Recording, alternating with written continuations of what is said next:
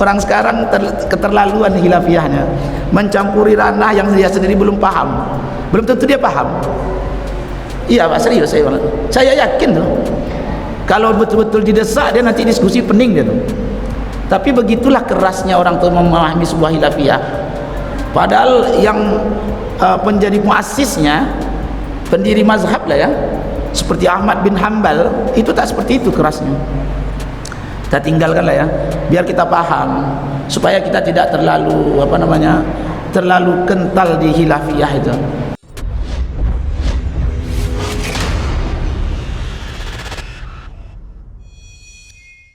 Hadratat Nabi Al-Mustafa Muhammad Rasulullah sallallahu alaihi wasallam wa ala alihi wa ashabihi wa dzurriyyatihi wa ahli baitihi kafatil anbiya'i wal mursalin summa ila wa abaina wa ummahatina wa qarabatina wa ahli baitina wa asatidatina. Kita hadiahkan Al-Fatihah ini kepada orang tua kita, bila mereka masih hidup dimudahkan urusannya, dilapangkan rezekinya, dikaruniakan husnul khatimah. Bila mereka telah meninggal dunia, dilapangkan alam kuburnya, diterima dan dilipat gandakan segala amal kebaikannya, diampuni segala kekurangan silap dan salahnya. Amin.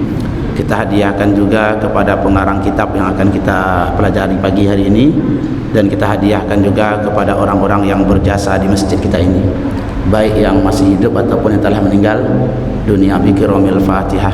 A'udzubillahi minasyaitonirrajim. Bismillahirrahmanirrahim. Alhamdulillahirabbil alamin arrahmanir rahim maliki yaumiddin.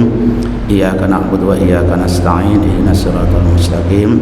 Shiratal ladzina an'amta 'alaihim ghairil maghdubi 'alaihim waladdallin. Amin.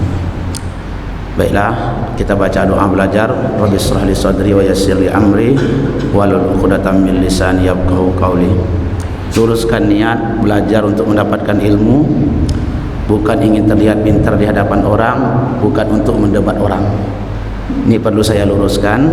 Kita belajar niatkan untuk mendapatkan ilmu, bukan terlihat pintar di hadapan orang, atau bukan untuk mendebat orang lain. Nawaitu ta'limal muta'allim al-ifadah wal istifadah wan naf'a wal intifa' lillahi ta'ala. Alhamdulillah wassalatu wassalamu ala Rasulillah Muhammad ibni Abdullah wa ala alihi wa sahbihi wa mawalah, amma ba'du. Baiklah ibu-ibu yang dirahmati Allah dan juga bapak-bapak yang dirahmati Allah, pagi hari ini kita coba membahas kitab Hasyiah I'anatut Thalibin jilid 1. Kita membahas salah satunya rukun qauli. Rukun qauli itu kan diantaranya takbiratul ihram. Banyak juga Ustaz Masri kaum muslimin ini tak ngerti mana rukun qauli, mana rukun fi'li. Ada yang tahu rukun qauli, tak tahu bagaimana cara mengamalkannya. Nah, ini perlu kita penjelasan ulama. Kenapa kita kembali kepada ulama untuk menentukan sah dan tidaknya ibadah kita? Karena yang menyusun rukun syarat itu ulama, diambil dari hadis-hadis Rasulullah sallallahu alaihi wasallam, maka disusunlah. Maka itu penting kita belajar fikih untuk mengetahui sah atau tidaknya solat kita atau ibadah kita, itu gunanya. Oh enggak Ustaz, cukup kembali kepada Quran dan hadis. Oh, jadi menentukan ibadah Anda sah siapa? Anda sendiri. Enak dong, dia yang bikin soal, dia yang jawab, dapat 100 semualah. Itulah pentingnya kita mengetahui itu semua melalui para ulama. Okay. Maka kesempatan ini kita akan coba tentang syarat-syarat yang wajib pada takbiratul ihram. Bismillahirrahmanirrahim. Wa yata'ayyanu fihi 'alal qadir, dan wajib dalam takbiratul ihram itu alal qadiri, atas orang yang mampu melafazkannya. Ada orang tak mampu, Pak. Kita kan semuanya tak pandai ngomong, ada orang yang tak pandai ngomong. Nah, bagi orang yang mampu melafazkannya, apa lafaznya? Allahu Akbar, lil ittiba, karena mengikuti Nabi sallallahu alaihi wasallam, atau Allahul Akbar. Maka dari sini dapat dipahami yang wajib pada Al-Fatihah itu yang pertama tertib. Tidak boleh dibalik. Contoh Akbarullah tak boleh. Akbarullah tak boleh. Syarat yang kedua, harus menggunakan lafaz superlatif atau isim tafdil, nama dalam bahasa Arab, mendatang kalimat akbar. Tidak boleh menjadi Allahu kabirun, Allah yang besar, tak boleh. Wajib mendatangkan lafaz superlatif namanya. Kalau orang pondok menyebutnya dengan istilah isim tafdil, Allahu akbar, Allah maha besar. Tak boleh mendatangkannya Allahu kabirun, walaupun kabirun maknanya besar dan dia adalah sifat mubalaghah, sifat yang melekat, tetapi bukan isim tafdil, bukan lafaz superlatif, tak boleh. Atau mendatangkan kalimatnya bukan kalimat takbir, maknanya sama tapi bukan takbir. Apa contohnya? Allahu a'zam, walaupun sama, Allah maha agung, Allah maha besar, tetapi tak sah. Kenapa? Karena tidak mendatangkan lafaz takbir, karena lafaz takbir adalah Allahu akbar. Okay. Dan tidak boleh merubah lafzul jalalah, walaupun dalam Al-Quran kan mengatakan apakah kau panggil Allah atau Ar-Rahman, kan ada dalam Quran. Tak boleh ditukar, lafzul jalalahnya tak boleh ditukar. Wajib Allahu akbar, tidak boleh Ar-Rahmanu akbar, walaupun sama, tak boleh ditukar.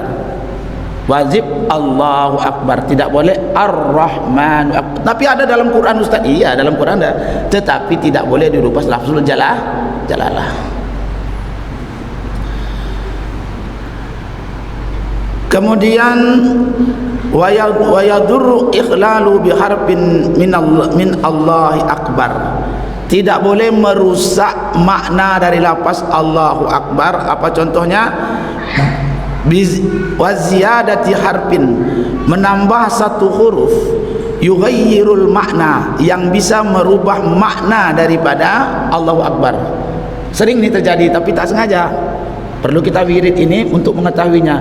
Tidak boleh menambah huruf yang bisa merubah makna lafaz takbir tersebut.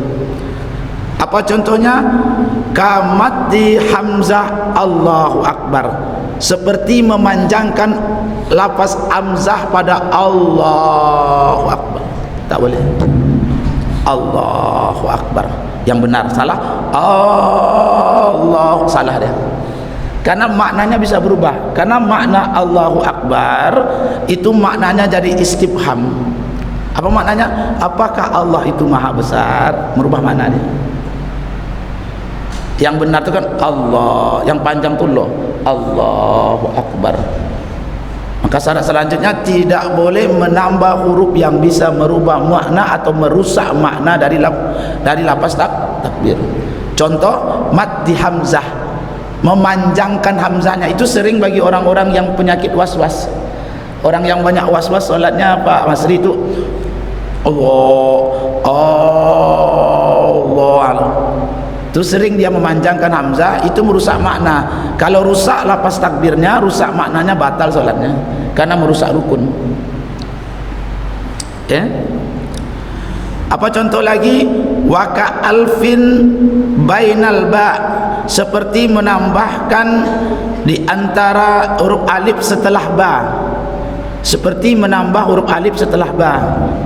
Allahu akbar, rusak maknanya.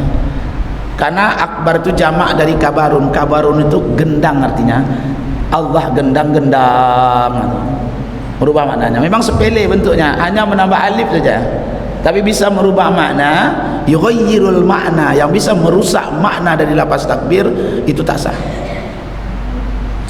Apa contoh lagi? Wa ziyadah waw qablal jalalah, atau menambahkan huruf waw sebelum lafzul jalalah.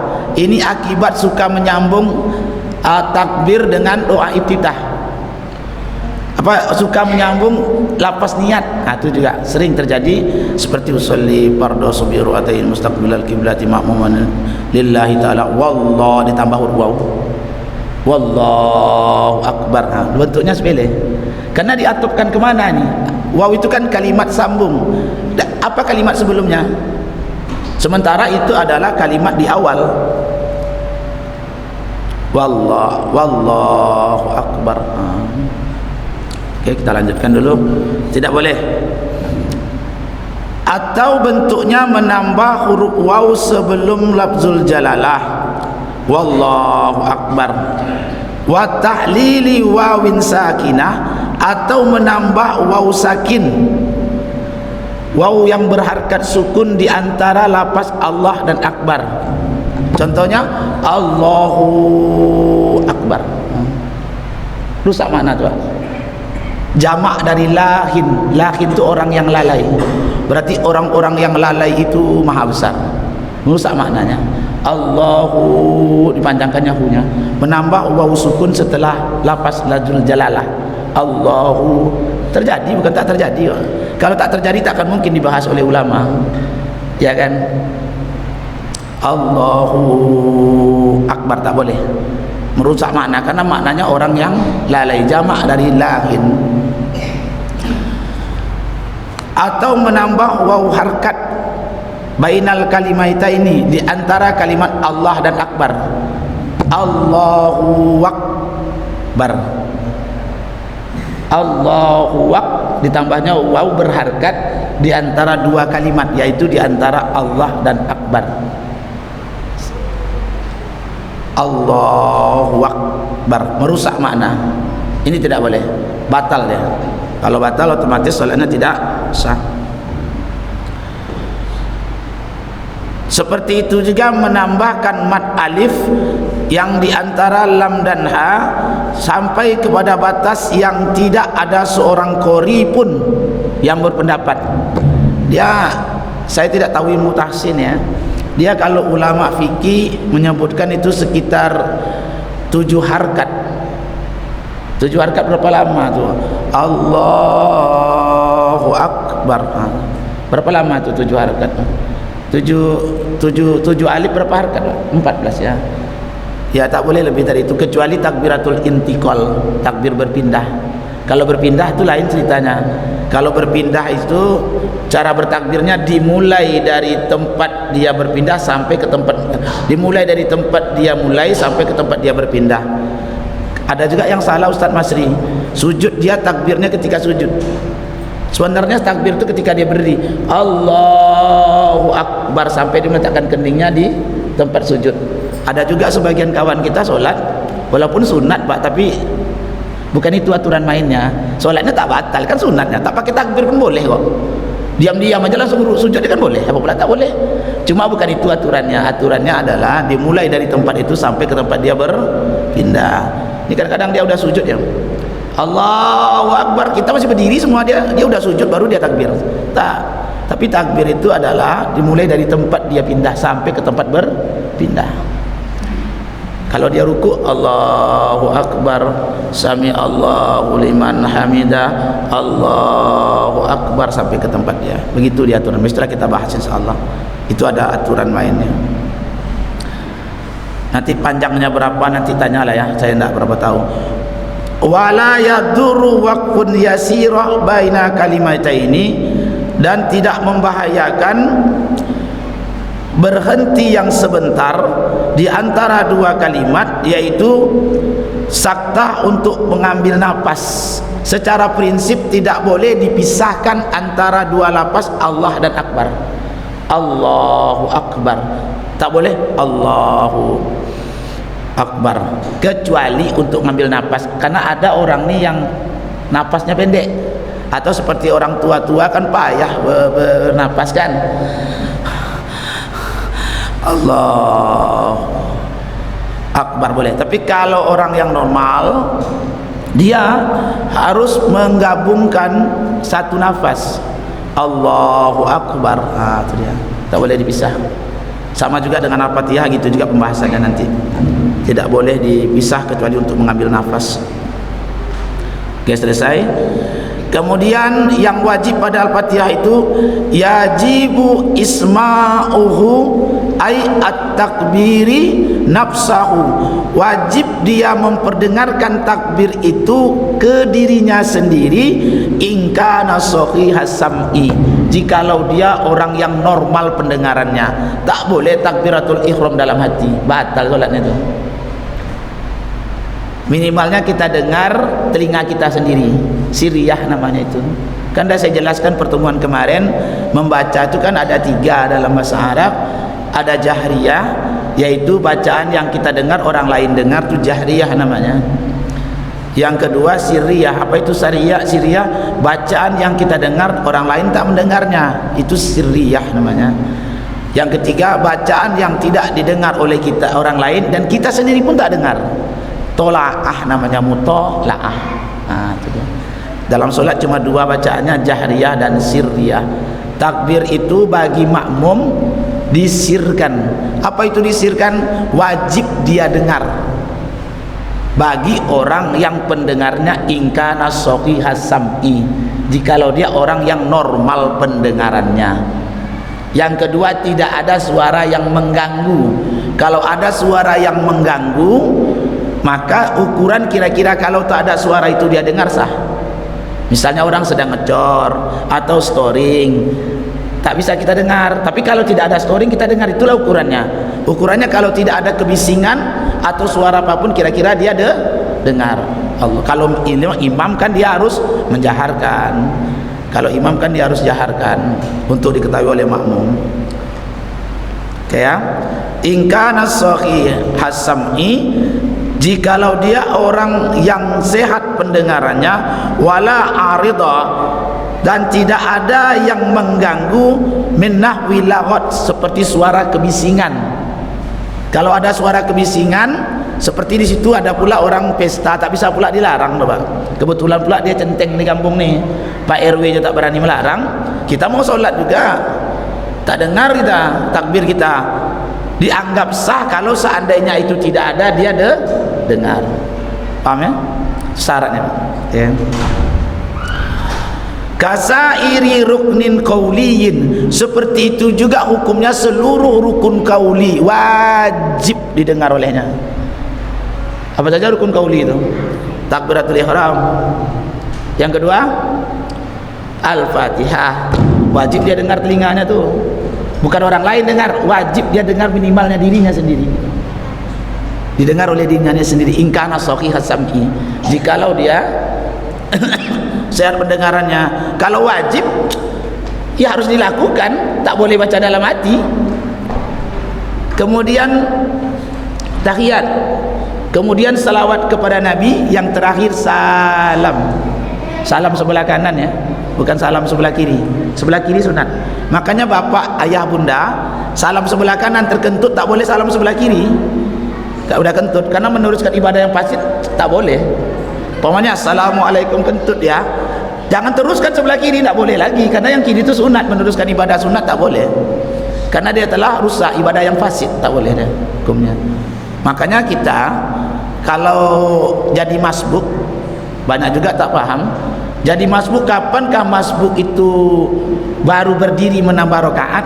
Ketika imam telah sampai kepada huruf mim, assalamualaikum, baru dia berdiri. Kalau tidak batal solat nanti, kalau tak mau paroko tu, karena imam belum keluar dari solat dia sudah berdiri. Batal nanti tu. Batal. Tapi disunatkan menunggu salam yang kedua. Tapi ada orang yang buru-buru mau cepat, Pak Masri, dia harus menunggu sampai kepada huruf mim. Assalamualaikum, berdirilah. Sudah dilepaskannya huruf mim itu baru berdiri. Lalu memalingkan wajah, Ustaz. Memalingkan wajah sebelum sampai huruf mim makruh, karena iltifat di dalam solat, memalingkan wajah. Jadi kapan? Setelah sampai huruf mim baru berbalik, assalamualaikum warahmatullah. Nah itu ya. Kalau tidak makruh Pak, karena dia memalingkan wajah sebelum keluar dari solat, iltifat namanya itu. Kalau sempat sebelum sampai huruf mim dia memalingkan dada, ada juga orang salam seperti ini ya bunda, assalamualaikum, belum sampai huruf mim batal solatnya itu, karena menghadap dengan dada wajib. Kalau menghadap dengan wajah enggak, dengan dada wajib. Makanya kalau Pak Masri menggeleng gini kan tidak batal salatnya, karena dengan wajah tidak dengan dada wajib. Seandainya assalamualaikum belum sampai huruf mim dia begini kan batal salatnya tu, batal salatnya tu. Banyak orang tak tahu tu Pak Masri kan? Akibat terlalu banyak membahas yang tak penting. Yang wajib Bapak Ibu pelajari tentang sah tidaknya ibadah saya. Jangan dibahas bid'ah-bid'ah tu lah, ada orang membahasnya lah. Bahas sajalah bagaimana kita selamat berjumpa dengan Allah. Biarlah kami menyelesaikan bid'ah tu. Jangan awak-awak lah dulu ulama-ulama membahas itu. Kita ni bagaimana ibadah kita. Kalau saya solat gimana ya? Kalau saya tidur, saya kan tak bisa menghadap kiblat dengan wajah, dengan dada. Saya menghadap dengan wajah. Seandainya bapak sebelum sampai huruf mim berpaling, batal solatnya, karena menghadap wajah ketika solat tidur itu wajib, dengan dada tidak. Bahaya tuh. Kayak gini ayah bunda solat dengan wajah kan. Kalau tak bisa dengan lambung kanan, kalau bisa dengan lambung kanan lah, kan gini kan, diganjal kepala kan. Rupanya sebelum sampai huruf mim, assalamualaikum, udah batal lah solatnya, karena dia keluar dari arah kiblat. Paham ya? Besoklah kita bahas ini dulu. Jadi itu hal-hal yang perlu diperhatikan dalam ibadah kita, sehingga ibadah kita sesuai dengan apa yang telah dituntunkan oleh ulama kepada kita, sehingga kita beribadah itu selamat. Okay. Seperti itu juga seluruh rukun qauli minal Fatihah, di antaranya seperti Al-Fatihah wajib didengar oleh dirinya sendiri, wa tasyahudi, membaca tasyahud, begitu juga wassalam, dan salam.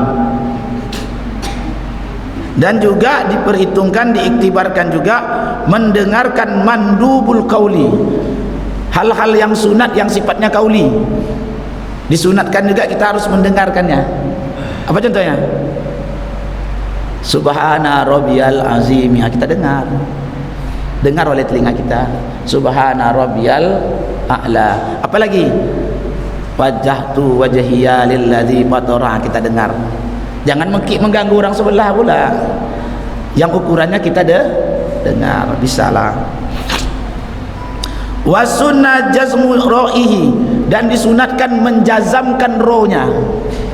Menjazamkan itu mensukunkannya. Allahu Akbar. Ada juga orang Allahu Akbaru kabira, gitu. Allahu Akbar, Allahu Akbar kabira walhamdulillahi katsira.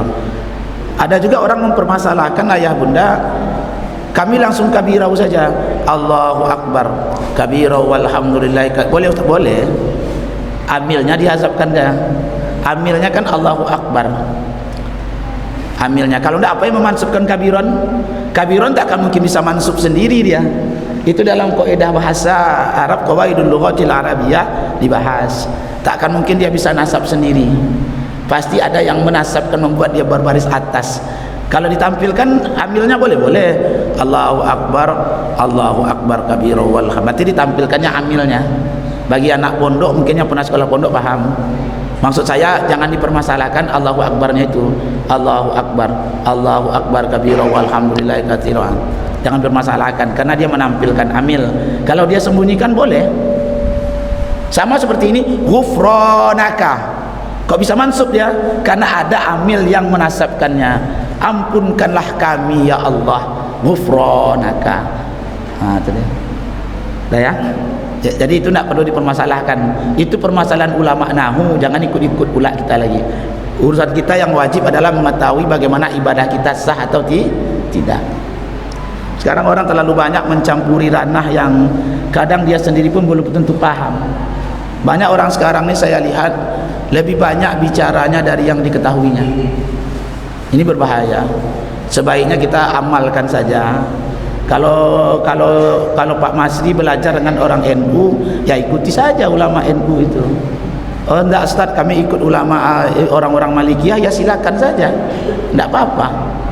Yang penting riayatul khilaf, menjaga perbedaan pendapat penting. Itu nanti akan ada pembahasannya. Ada lagi orang yang salah ketika azan. Allahu Akbar, roh itu di barisnya atas. Salah tuh. Yang benarnya Allahu Akbar, Allahu Akbar, itu yang bagus. Ada juga disambung Allahu Akbar Allah, boleh. Tapi ini Allahu Akbar Allah, salah lah Pak, salah. Sama juga ada orang menyambung Bismillah dengan Al-Fatihah, Bismillahirrahmanirrahim, alham, salah itu. Bisa membatalkan lahan nanti itu, lahan namanya, merubah-rubah harkat. Yang benarnya Bismillahirrahmanirrahim, alhamdulillah, ini benar. baru ada pahalanya. Karena ada ulama yang berpendapat berdasarkan hadis menyambung bismillah dengan al-fatihah, dengan alhamdulillah boleh, tapi dalam mazhab Syafi'i yang muktamad dipisah bismillah dengan al-fatihah. Oke, selesai.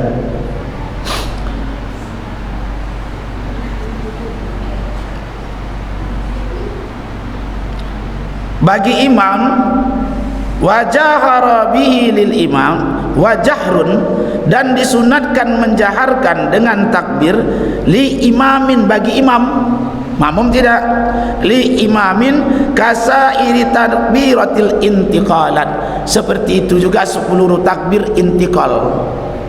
Takbir intiqal itu takbir berpindah, takbir berpindah dari satu rukun ke rukun lainnya dinamakan intiqal, takbiratul intiqal. Jadi imam disunatkan, apakah solat sirriyah atau jahriyah, disunatkan menjaharkan. Allahu akbar, Allahu akbar, sami Allahu liman hamidah, sehingga makmum tahu perpindahannya. Disunatkan. Dan disunatkan juga waraf'u kaffaihi, dan mengangkat kedua telapak tangannya, au ikhdahuma, atau salah satunya, in ta'assara raf'al ukhra, jikalau dia sulit mengangkat yang lain. Umpamanya ya hukum asalnya kan disunatkan itu mengangkat takbir, ini sunat hukumnya. Makanya saya kemarin ditanya oleh kawan dari sana, Bas, ada imamnya seperti ini, Allahu Akbar, ngangkat duluan dia. Sebenarnya kan salah itu. Takbir itu kan serentak ketika mengangkat. Allahu Akbar, gitu yang sunnahnya. Yang benarnya seperti itu. Memulainya mulai dari huruf hamzah. Allahu Akbar, berturunkan. Lalu ada orang seperti ini. Allahu Akbar, sah Ustaz. Sah, karena mengangkat tangan hukumnya sunnah. Orang itu hampir ribut, hampir berkelahi juga mungkin di apa tuh di seberang Tanjung Pinang tuh, Anambas apa namanya itu, Anambas, hampir berkelahi dia di sana, mungkin berkelahi dengan orang tuh. Saya bilang, ngapa pula antum ribut-ribut masalah mengangkat tangan? Itu hukumnya sunnah, cuma dia tidak mendapatkan pahala kesunahan mengangkat tangan. Jangan ribut-ribut lah. Kadang-kadang orang awam berkelahi, mau berkelahi, bawa ke parang dia kelahi itu gara-gara masalah takbir saja. Padahal ulama yang menggali itu santai-santai saja. Imam Malik dengan Imam Syafi'i mana pernah ribut? Imam Ahmad bin Hanbal dengan Imam Syafi'i mana pernah ribut? Bahkan Ahmad bin Hanbal ketika ditanya muridnya, seandainya kalau saya menjadi makmum Syafi'i, orang-orang yang bermazhab Syafi'i, apakah saya mengaminkan doanya? Kata Ahmad bin Hanbal, bagaimana mungkin aku tidak beramin di belakang si fulan, gitu kan? Orang sekarang keterlaluan hilafiyahnya, mencampuri ranah yang dia sendiri belum paham, belum tentu dia paham. Iya Pak, serius saya yakin tuh, kalau betul-betul didesak dia nanti diskusi pening dia tuh. Tapi begitulah kerasnya orang tuh memahami sebuah hilafiyah. Padahal yang menjadi muassisnya, pendiri mazhab lah ya, seperti Ahmad bin Hanbal, itu tak seperti itu kerasnya. Kita tinggalkan lah ya, biar kita paham, supaya kita tidak terlalu terlalu kental di hilafiyah itu. Iya.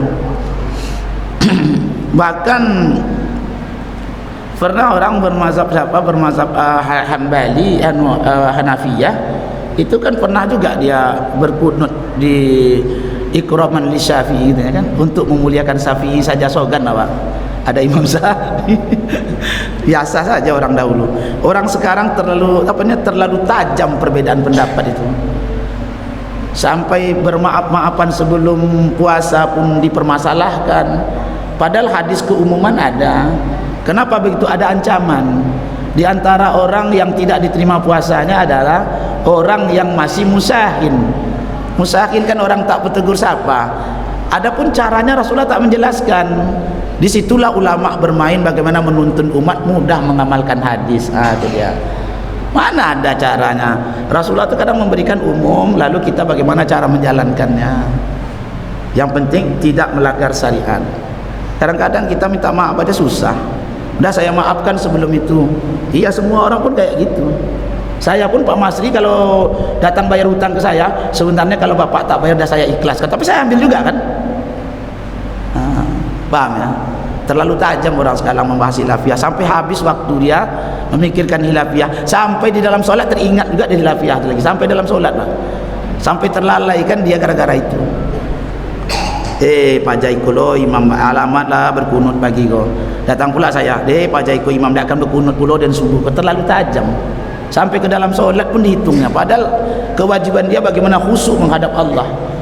Tapi begitulah tajamnya. Kembali ke sini. Jadi kalau dia sulit mengangkat tangan keduanya, seperti tangannya jatuh, dia bisa mengangkat satu, diangkat satunya.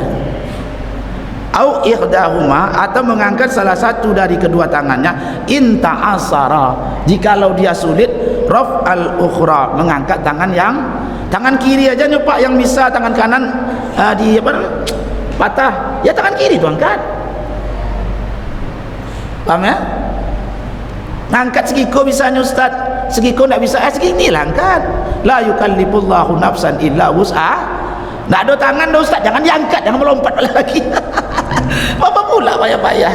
Benar kan? Agama Islam ni Rasulullah itu diutus penuh dengan samhah, toleran, lapang, mana ada sempit. Makanya ada di dalam agama kita kaidah apabila dia sempit jadi lapang. Iza daqat tasa'at, apabila sempit lapang lah. Apa contohnya? Tak ada makanan, yang ada cuma babi haram, lapanglah dia, makanlah sesuai kebutuhan, jangan disimpan haram lah. Yang dimakan saat itu boleh, bukan halal, boleh. Boleh. Ma'ubiha namanya, ma'ubiha, apa yang dibolehkan untuk darurat, yuqaddaru biqadariha, dibolehkan sesuai dengan ukurannya, bukan dihalalkan. Mana ada dihalalkan, dibolehkan. Nah, itu namanya. Oke, lanjutkan ya. Kemudian kesunahan dalam mengangkat takbir juga apa? Bikasbin, membuka telapak tangannya, ma'akasbihima, bersama membuka keduanya, buka. Ma'atafriki asabi'ihima, menceraikan jari-jarinya agar seluruh jari ini tersendiri, istiqlal, merdeka, berdiri sendiri, beribadah. Allah. Telapak tangan sejajar ini ya, dalam mazhab Syafi'i. Jangan dibahas ke telapak tangan terlalu jauh, terserahlah mau sampai dada, terserahlah, itu kan ikhtilaf. Hanya saja mazhab Syafi'i ini, karena hadis itu 3 bentuknya, mazhab Syafi'i ini kan diantara ciri-cirinya kan thariqatul jama', menggabungkan hadis sehingga tidak ada yang tertinggal. Makanya kita yang sedada sampai juga, sampai sebahu ini, sampai pula jari-jari ke telinga, tak disyaratkan menyentuhnya, tak harus gini ya, tak disyaratkan. Allah. Oke. Ma'a tafriqi asabi'ihima, menceraikan jari-jarinya, tafriqan wasatan, dengan cerai yang sedang, kira-kira tidak menyatu saja dia, sehingga masing-masing jari itu beribadah sendiri. Bukan begini ya, bukan pula begini, sedang saja. Oke. Hazwa, sejajar, muqabil, sejajar dengan mankibaihi, telapak tangannya ini, mankibaihi, bihaisu, dengan sekira-kira, apa gambarannya? Yuhazi, sejajar, atrafa asabihi, sejajar jari-jarinya, ala uzunaihi, dengan telinga yang atas. Berarti ini di sini. Kalau gini tidak disyaratkan tak begini. Oke. Sama juga jadinya ya. Tadi ini ke dada juga jadinya, ke telapak tangan ke sini ya. Sama kan? Arah dada pun kena ya. Tapi jari-jari ini kira-kira searah gini. Mazhab Syafi'i kan sepertinya ya Bunda. Kita kan menunduk. Mazhab Syafi'i kan justru disunahkan kita memandang tempat sujud. Saya gini, terserahlah, tak apa-apa dah. Jangan dipermasalahkan. Yang kita masalahkan tu bagaimana orang di luar sana ke dalam. Jangan dimasalahkan juga orang dalam masjid lagi. Susah kita nanti. Paham ya? Yang kita masalahkan itu bagaimana orang di luar ke dalam. Jangan mempermasalahkan juga orang dalam masjid lagi, selagi itu masih khilaf ulama. Itu solat mata kakinya tutup. Jangan dibahas tu leh. Besok kalau nyo sadar diangkatnya sendiri tu nyo. Wah, engkau selama ikut pengajian tambah tinggi yang ni, apa itu? Lah naik celana kate. Tak perlu dibahas dah. Mana perlu dibahas tu? Yang perlu dibahas adalah bagaimana ibadah kita itu diterima oleh Allah Subhanahu Wa Taala. Okey. wa ibhamahu, dan kedua jari jempolnya, sahimatai uzunaihi, sejajar dengan daun ini, wa rohatahu, dan telapak tangannya rohah ini, mankibaihi, sejajar dengan bahunya, lil ittiba, untuk mengikuti Nabi sallallahu alaihi wasallam. Wa hazil kaifiyat, dan cara seperti ini, tusannu, disunnahkan, maksudnya cara mengangkat tangan seperti ini tadi disunnahkan, jama'a jami'i takbir, bersama seluruh takbir. Artinya begitu juga pada takbiratul intiqal, seperti itu mengangkat tangannya.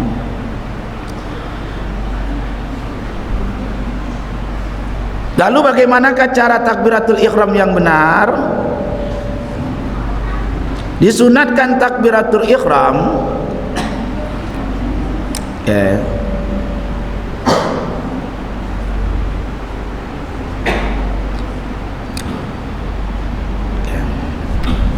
bi ayyuqarrinahu, dengan bahwasanya dia membarengkan mengangkat tangan itu, bihi, ibtidaan, mengangkat tangan dengan takbir permulaan, wa yunhihima ma'an, dan menyelesaikan keduanya bersamaan, sunatnya seperti itu. Mulai mengangkat, mulai takbir, Allahu Akbar. Kalau mengangkat begini Pak, kalau gini nurun. Kita disunahkan itu mengangkat. Makanya saya bilang tadi Allahu Akbar, saya bilang solatnya sah, tapi tidak mendapatkan kesunahan. Itu yang benar adalah ketika mengangkat nih, Allahu Akbar, langsung saya. Yang sunahnya, kalau gini nurun namanya nih, paham ya? Yang benar itu seperti itu. Kalau kita makmum itu mengikuti imam kapan? Kapankah makmum mengikuti imam? Setelah imam sampai huruf roh dalam takbiratul intiqal, takbiratul ihram. Takbiratul ihram kita tak boleh berbareng dengan imam, tak boleh. Selesai dia huruf roh, kita masuk, Allahu Akbar, masuklah kita, Allahu Akbar. Dia nanti ada syarat-syaratnya mendapatkan takbiratul ihram. Oke. Wa ma'a ruku'in, dan juga bersama ruku seperti itu juga, lil ittiba, karena ada hadis yang diikuti yang datang dari jalan-jalan yang banyak, dan bangkit dari ruku, dan bangkit dari tasahud awal. Jadi kesunahan mengangkat tangan itu ada 4. 1 ketika takbiratul ihram, 2 ketika ruku, Allahu Akbar, Allahu Akbar, sampai dia,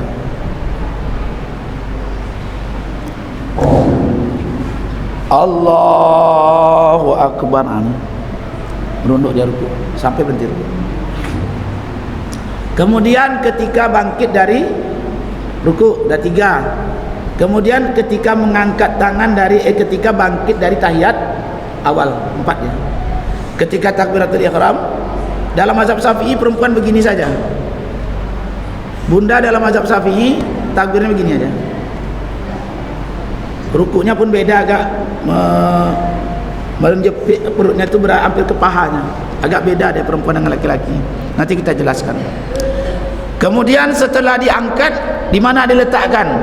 Wa wad'uhu ma ta'ata sadri, disunatkan meletakkannya di bawah dada ni. Ada juga yang begini, tidak apa-apa, terserahlah. Akhizan biyamini, akhizan itu bukan begini, jadi pegang. Ini tulang ada, ini ada tulang. Nah, tulang itu yang dipegang. Ini 2. Dan meletakkan keduanya di bawah dadanya, wa fawqa surratih, dan di atas pusarnya, di atas pusarnya. Ini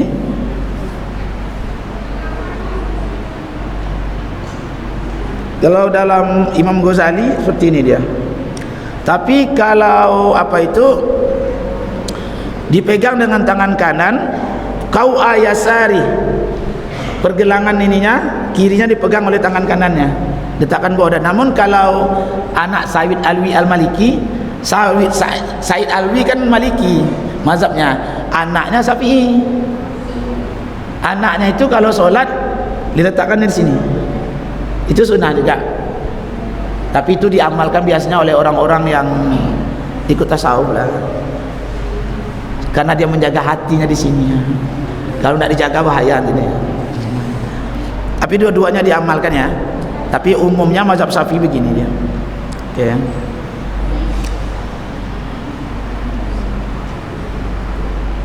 Waradduhuma, dan mengembalikan kedua tangannya dari mengangkat ke bawah dadanya lebih aula daripada melepaskannya secara keseluruhan kemudian memulai mengangkatnya sampai ke bawah dada. Lebih utamanya begini, Allahu Akbar langsung dilipat, daripada Allahu Akbar. Ada? Itu tak kurang baik. Yang bagusnya, yang utama adalah tidak banyak gerakan. Setelah dia takbir langsung dia lipat. Pernah tak bunda melihat orang seperti ini? Allahu Akbar. di irsalnya dulu, baru dilipatnya ada. Itu kadang-kadang orang tua-tua ada melakukan itu. Yang lebih utama adalah tidak banyak gerakan. Allahu Akbar langsung lipat. Oke, itu yang sunnahnya.